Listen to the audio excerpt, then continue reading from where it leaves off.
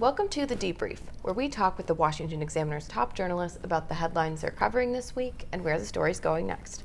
I'm Sarah Westwood, and I'm here today with senior editor David Mark. And David, President Joe Biden tested positive this week for COVID. We all wish him a speedy recovery.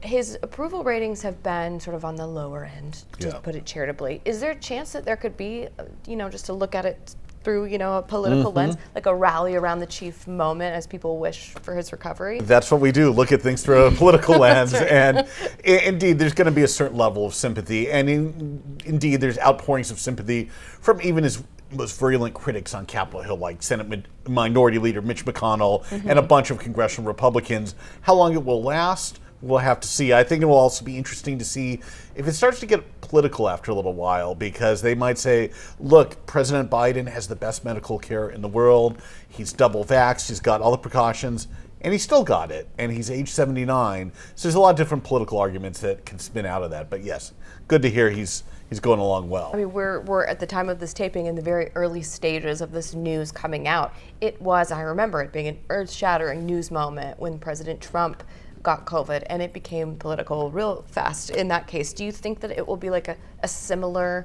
earthquake kind of moment with Biden, or because of all these advances, it's less serious? Well, it's interesting. Biden basically survived for 2 years without getting it. Remember back to the early days, the pandemic, he was ridiculed for kind of being in his basement in his Delaware home. But he's been president for a year and a half now, and he still hadn't gotten it. So there's always going to be some disparity of coverage.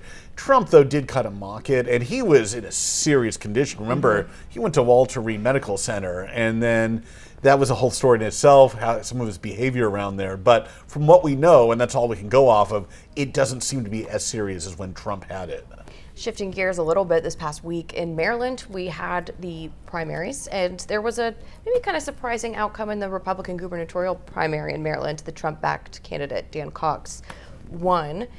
Do you think that hurts Republicans' chances of retaining the governorship there? Yeah, this is another case in which Democrats were trying to promote the most conservative, controversial candidate. I think it actually will work in Maryland just because the state is so Democratic. Biden won over Trump there almost 2-1. In some of these other states, though, where Democrats have played around with this, they could very well lose governor's races in Pennsylvania, in Arizona, and some of these other contests. But Dan Cox, he's a state delegate from way down in the southern part of Maryland, which basically you're in the deep south at that point. It's a lot different than Baltimore and the Washington, D.C. area.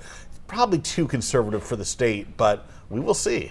Yeah, Democrats have been sort of meddling in a number of primaries, right? What does their track record look like? Are they being successful in picking their candidates that they perceive as weaker? It has worked to date. There was a case in Pennsylvania. The Republican nominee is a state senator, Doug Mastriano, who's a big Trump supporter, kind of a controversial figure for a number of reasons. He's only trailing the Democratic nominee, though, by a few points. Too close for comfort for the Democrats. So it is a tactic that could absolutely backfire. Well, David, thank you so much for being here today. Thank you. You can get more reporting from David and the rest of the political team at washingtonexaminer.com.